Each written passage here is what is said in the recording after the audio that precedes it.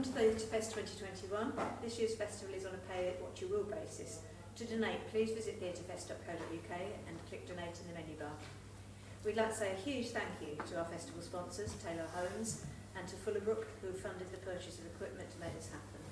Also to Rosie Brache's solicitors, the Plouts and Vans, the British Trust, Golden Lion Tap, and Town Centre Management for providing spaces. Thank you for attending Fringe Theatrefest 2021. Enjoy the show.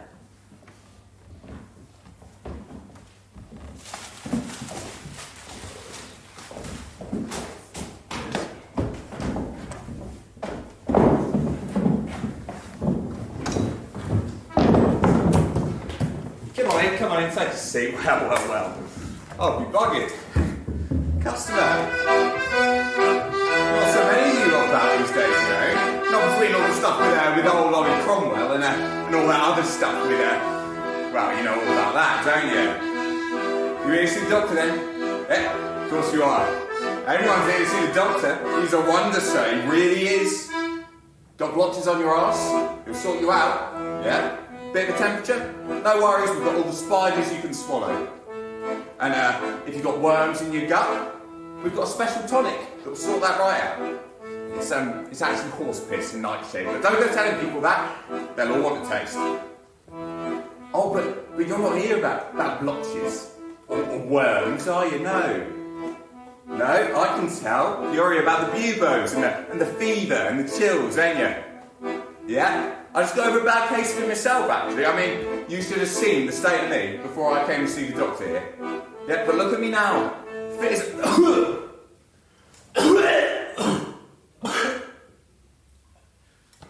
fit as a flea. Don't you worry, me old son. We'll have you sorted out in no time. Yeah, I present to you the purveyor of potions, the crafter of cures, the maestro de la medicine, the apothecary of accordionism. Look, I know the accordion thing is a bit odd, but he's very cheap. I mean, most doctors would be charging a threepence for this sort of treatment, yeah. You could afford an opera ticket for that. And look, an amateur musician he may be, but a medical professional he certainly is, I can assure you of that. Yeah, straight from the art room, Doctor Beake himself. Yeah. So, got another one, Doc. What would you recommend?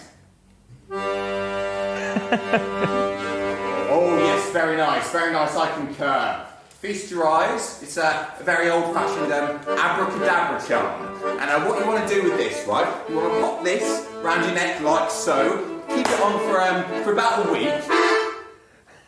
I beg your pardon, Doctor. 9 days exactly, yeah? And when those 9 days are up, you want to chuck it over your shoulder into the river. But you want to make sure, very important, that the river is flowing west. I beg your pardon, Doctor, east. Because if you get that wrong, you're buggered. Right? Yeah. Okay. So, into the river, make sure it's flowing east. Great. Yeah. Okay. So, we've got the abracadabra, you've got all that. Good? You don't seem convinced. Honestly, some people, look, it's very simple, right? Very, very simple indeed. You just don't want to think about it too much. It's like sucking on a lemon to cure your hiccups, or riding on up to Barnett Castle to check your eyesight. It just makes sense when you really think about it, you know?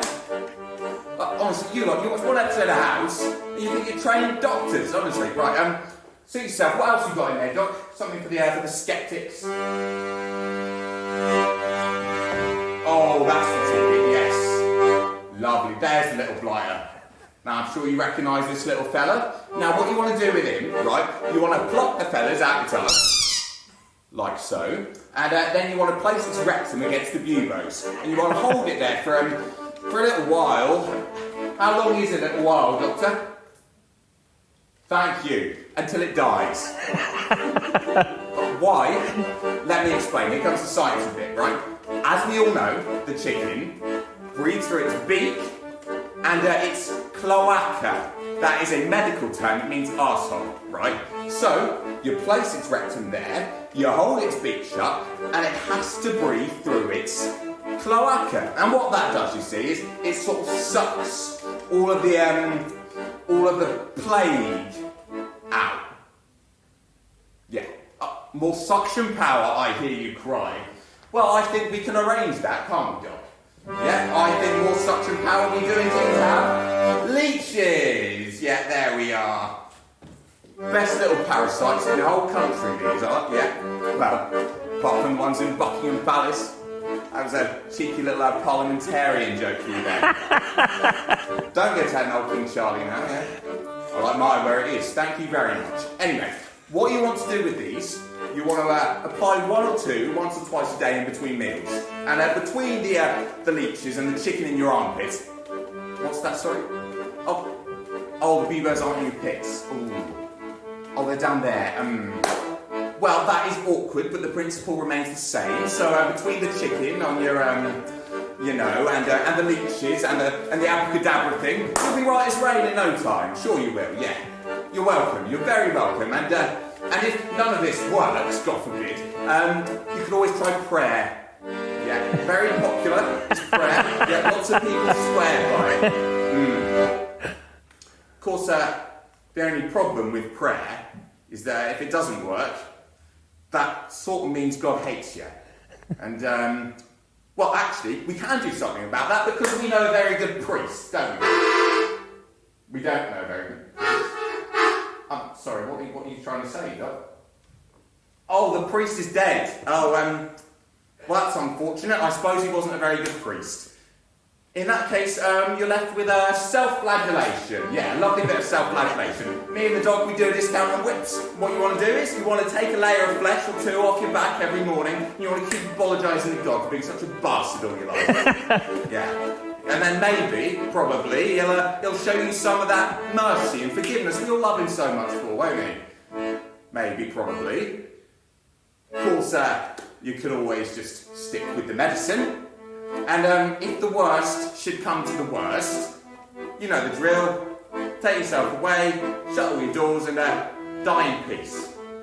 Yeah, sorry, that's the way it is. You think you lot have had it rough? I once knew a bloke up north in Eden, right? He went for 14 months before without leaving the house, right? Before he finally kicked the bucket. Yeah, yeah, poor sod. Yeah, he saved a lot of lives though doing that. They all did. Yeah. And they didn't have a Netflix or YouTube or nothing like that either. I mean, bloody hell, most of us can't even read. Yeah, you think you've been bored lately? Speaking of boredom, you've got to do something these days to keep yourself busy, don't you? You have the time go by. And me and Doctor Beake, we happen to like a little bit of a sing-song, a little bit of music. Yeah, to help the time go by. And in the spirit of that, we thought we would butcher John Lennon's Imagine for you and stick it on social media. But on second thoughts, we thought we would just sing a little song about the plague and that instead, just to finish off with.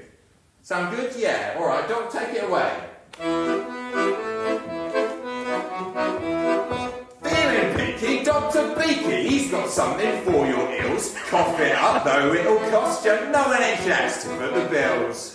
Now, way back in 1660, strange medicine was all the rage. So when the Black Death came knocking, thousands found an early grave. Not just early either. The graves were deep too, with high walls to keep all the bodies in. Take where we are right now, for example, here in Barnstaple in St Anne's. Out in that graveyard, right, there's about 1,500 people crammed into the earth down there. It got so bad that there were bones sticking up out the ground. People trip over them. And under the earth, body fluids would seep into the earth and get into the wells and into the breweries and into the beer even. I mean, imagine that when you're having a pint. Bring a whole new meaning to the name King's Arms, wouldn't it? Oh, and speaking of the king, old Charles II, do you know what he did? He fled to Oxford when hope was fleeting, letting others take the buck. Skipping town like a cobra meeting. Our leaders just don't give a fuck. Thank you, Doctor. See, our situation's not that different when you take a look at yours. Only we're pre-Edward Jenner and you ain't had your Civil War yet. Sure, our PPE was different and probably didn't work as well because it relied on herbs and spices to keep away the putrid smell. But Beake's a bona fide physician, combating this dreadful curse, failing somewhat in his mission, but homeopathy's still worse. He'd advise you, don't take Pfizer, just stick with a chicken's arse. Even so, he ain't stupid, he knows you should wear a mask. Yeah. Well, it's easy to look down on us, but we were racked with grief and fear. A lack of knowledge was before us, so we just had no idea. If you will, imagine then that we knew what you know today, had a handle on this pathogen, and knew how to make it go away. Do you think we'd squander that? Perhaps we would. Could be true. But ignorance was our excuse, and this time round, so what you? Well, we may not have your knowledge or your new technology, but our methods sort of work sometimes. I mean, take a look at me. Me.